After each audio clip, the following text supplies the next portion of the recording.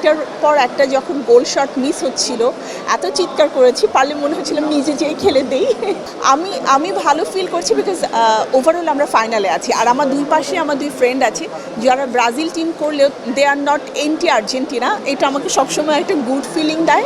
আমরা চাই ব্রাজিল এবং আর্জেন্টিনা একসাথে বসে ফাইনাল উপভোগ করতে এবং আর্জেন্টিনার হাতে কাপটা তুলে দিতে।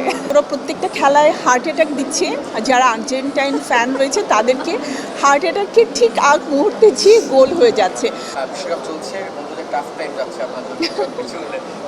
ও তো আর্জেন্টিনা। মাঝখানে বসে থাকাটা নাকি হচ্ছে ইম্পসিবল।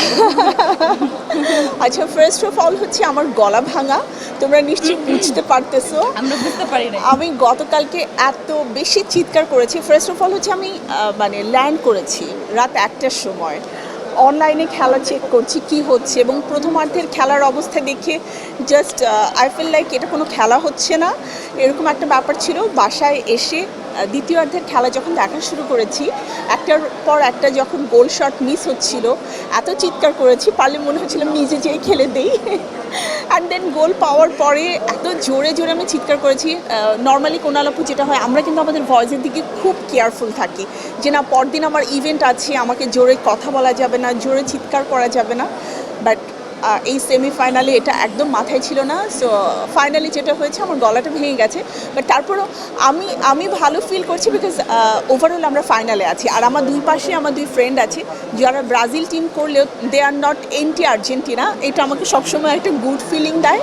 আর আমরা চাই ব্রাজিল এবং আর্জেন্টিনা একসাথে বসে ফাইনাল উপভোগ করতে এবং আর্জেন্টিনার হাতে কাপটা তুলে দিতে। আমি তো প্রথমে বলেছি যে ওরা প্রত্যেকটা খেলায় হার্ট অ্যাটাক দিচ্ছে, যারা আর্জেন্টাইন ফ্যান রয়েছে তাদেরকে হার্ট অ্যাটাকের ঠিক আগ মুহূর্তে যে গোল হয়ে যাচ্ছে। তো গতকালকেও যখন খেলা নিয়ে খুব ঝামেলা হচ্ছিল প্রথমার্ধে স্পেশালি, আমি মাথায় রেখেছিলাম যে আফটার 80 মিনিটস আমরা গোল পাবো। এটা আমরা সবাই জানি অবশ্য যে আফটার 120 মিনিটে খেলা হবে। এবং না, তাহলে কিন্তু একটু অ্যান্টি আর্জেন্টিনা না না, এটা সবাই আর্জেন্টাইন সাপোর্টাররা ওইটা জানতো। না, আমার কি হয়েছে, এটা মনে মনে ধরেই নিয়েছি, নিজেকে সান্ত্বনা দেওয়া যে আচ্ছা ঠিক আছে আফটার 80 মিনিটস। বাট গতকালকে কিন্তু 85 মিনিটসে যে গোল হয়েছে, সো এটা আরও বেশি টাফ ছিল, ওই 5টা মিনিট ধরে রাখা এবং পরপর দুটো গোল।